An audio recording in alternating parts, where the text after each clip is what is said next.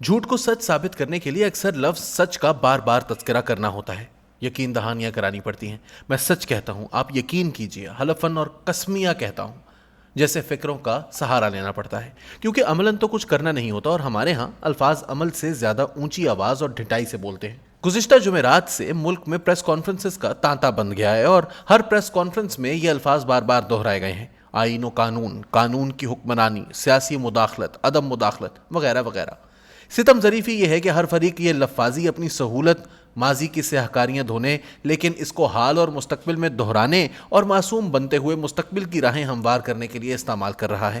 اس شاطرانہ کھیل میں کچھ گروہ زیادہ کامیابی حاصل کر رہے ہیں اور کچھ کم، لیکن ہار صرف اور صرف ملک اور عوام کی قسمت میں آتی ہے۔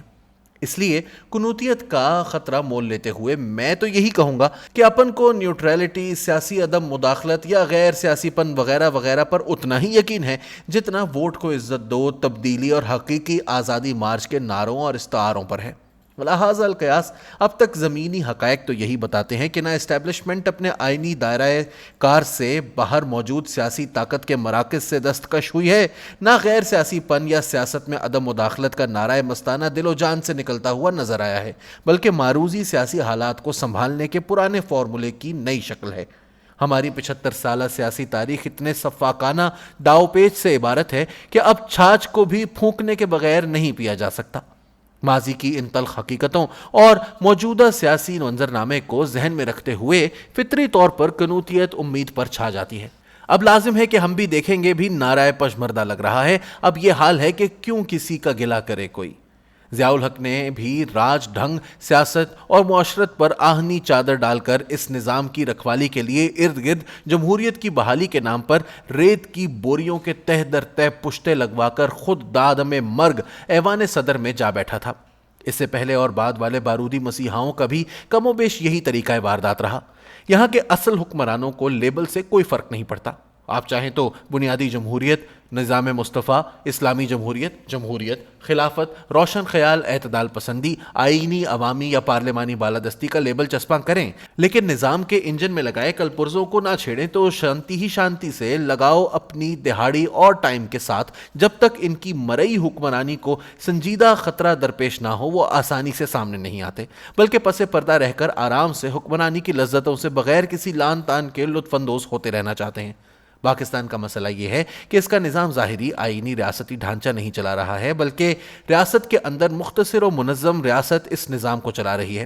اگر ظاہری ریاستی مشینری وقتی طور پر منتشر یا ناکارہ بھی ہو جاتی ہے، تب بھی ریاست کے اندر ریاست کو وسیع تر قومی مفادات کے نام پر مزید تقویت ملتی ہے، کیونکہ اب تک منظم و حقیقی عوامی دباؤ کا کبھی اس نے سامنا نہیں کیا۔ پچھلے 5 برسوں سے یہ عوامی دباؤ پنجاب میں پیدا ہو رہا تھا۔ پاکستان کی سیاسی تاریخ میں پہلی مرتبہ اسٹیبلشمنٹ کے بارے میں پنجاب میں رائے عامہ منفی ہوتی جا رہی تھی، لیکن مسلم لیگ نون اور پی ڈی ایم نے عین گرتی ہوئی دیوار کو کندھا دیا۔ جو اپنا اس دیوار کے بوجھ کو برداشت کر سکتے ہیں اور نہ ہی پیچھے ہٹ سکتے ہیں۔ اب اس وقت اگر ہٹتے ہیں تو گرتی ہوئی دیوار کے ملبے کے نیچے دب جائیں گے، اور اگر وہاں کھڑے رہتے ہیں تو رہی صحیح عوامی حمایت بھی کھونے کا اندیشہ ہے۔ اس لیے اب یہ بھی اسٹیبلشمنٹ کے رحم و کرم پر ہے۔ دوسری جانب عمران خان بھی کلی طور پر عوامی طاقت کے بلبوتے پر نہیں، بلکہ اسٹیبلشمنٹ کے ایک حصے یا عنصر کی شہ پر زور لگا رہا ہے۔ یوں کھیل اب بھی اسٹیبلشمنٹ کے ہاتھ میں لگ رہا ہے، اور اس کے قواعد و ضوابط اب بھی وہی طے کر رہے ہیں، کیونکہ آج تک عمران خان کی مقبولیت بیلٹ اور سوشل میڈیا سے باہر آ کر سڑکوں پر سڑ چڑھ کر نہیں بول سکی، جو ان کے اختراع کردہ انقلاب پر منتج ہو۔ مسلم لیگ نون ججز کے تقرر پر گھٹنے ٹیکنے پر مجبور ہوئی۔ پچھلے 15 برسوں سے 2 منتخب وزرائے اعظم کو آرمی کی 111 بریگیڈ نے گرفتار کر کے گھر نہیں بھیجا، بلکہ یہ کام اس عدلیہ نے کیا جو موجودہ طریقہ تعیناتی کے نتیجے میں وجود میں آئی ہے۔ پی ٹی ایم کو اب تک میڈیا بلیک آؤٹ کا سامنا ہے۔ اس کے رہنماؤں اور کارکنان پر اب تک تقریر، تحریر، اظہار رائے اور جلسوں جلوسوں میں شرکت کی پاداش میں قید و بند، مقدمات اور شیڈیول 4 کا سامنا ہے۔ منظور پشتین کے خلاف پچھلے ہفتے آسما جہانگیر کانفرنس میں تقریر کرنے اور شرکاء کی جانب سے نعرے بازی کے جرم میں لاہور میں نیا مقدمہ درج ہو گیا۔ سب کو معلوم ہے کہ اس قسم کے مقدمات کے اندراج کا حکم کہاں سے آتا ہے۔ صرف کندھا حکومت کا استعمال ہوتا ہے، لیکن سیاسی قیادت پھر بھی اس پر اف تک نہیں کر سکتی۔ اس کانفرنس میں شرکاء نے بلاول بھٹو زرداری کے خطاب کے دوران ممبر قومی اسمبلی علی وزیر کی رہائی کے لیے نعرے بازی اور احتجاج کیا، تو بلاول سے صرف یہ جواب بن پڑا کہ جس نے گرفتار کیا ہے جاؤ ان کے خلاف نعرے بازی کرو۔ حالانکہ علی وزیر پر غداری کا مقدمہ پیپلز پارٹی کی سندھ حکومت کی مدعیت میں درج کیا گیا تھا۔ اسی طرح آج تک پی ٹی آئی کی صوبائی حکومت بذات خود عمران خان اور نہ اس کی جماعت کے کسی اور رہنما نے علی وزیر، منظور پشتین اور پی ٹی ایم کے ساتھ روا رکھے گئے سلوک پر اف تک کہا۔ اعظم سواتی نے خود پر مبینہ تشدد کے خلاف ایک لمبی چوڑی پریس کانفرنس کھڑکائی، بار بار ممبر سینٹ ہونے کا استحقاق جتایا، لیکن ممبر قومی اسمبلی علی وزیر کے بارے میں ایک لفظ تک نہیں بولا، جو ان کے اس پورے عمل میں کچھ کریڈیبلٹی کا رنگ بھر سکتا تھا۔ لیکن اس صورت میں اصل سرخ لائن کراس ہو جاتی، جسے مبینہ طور پر آزاد سیاسی ماحول میں کراس کرنے کی جرت نہ تو عمران خان کر سکتا ہے اور نہ ہی پی ڈی ایم میں اتنی جرت ہے۔ جہاں تک اسٹیبلشمنٹ کی اندرونی گروہی لڑائی کی بات ہے تو مجھے تو یہ بھی قرینِ قیاس نہیں لگتا کہ بشرطے بعض عالمی طاقتوں کی شے و منشا اس میں شامل نہ ہوں۔ سب کو پتا ہے کہ اس صورت میں جیت کسی کی نہیں ہوگی، بلکہ کلی انتشار طوائف الملوکی جو 75 سالوں سے ڈنڈے کے نظام کے تحت چلائی جانے والی ریاست کے وجود کو خطرے میں ڈال سکتی ہے، اور اس دفعہ اسٹیبلشمنٹ کی حکمرانی کو برقرار رکھنے کے لیے کوئی مغربی بازو بھی نہیں بچے گا۔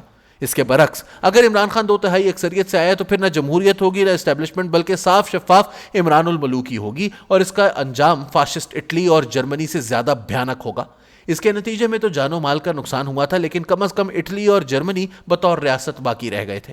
یوں ایک مرتبہ پھر اسٹیبلشمنٹ فائدے میں ہے، کیونکہ پچھلے 10-15 سالوں کی پولیٹیکل انجینئرنگ اور اس کے نتیجے میں ہونے والی سیاسی و معاشی تباہ کاریوں کے بوجھ کو کامیابی سے کسی اور کے کندھوں پر ڈالا جا چکا ہے۔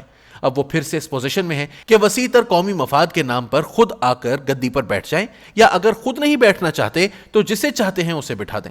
قیمت تو عوام نے چکانی ہے، جو اب عوام کی قسمت بن چکی ہے۔ اللہ اللہ، خیر صلی اللہ۔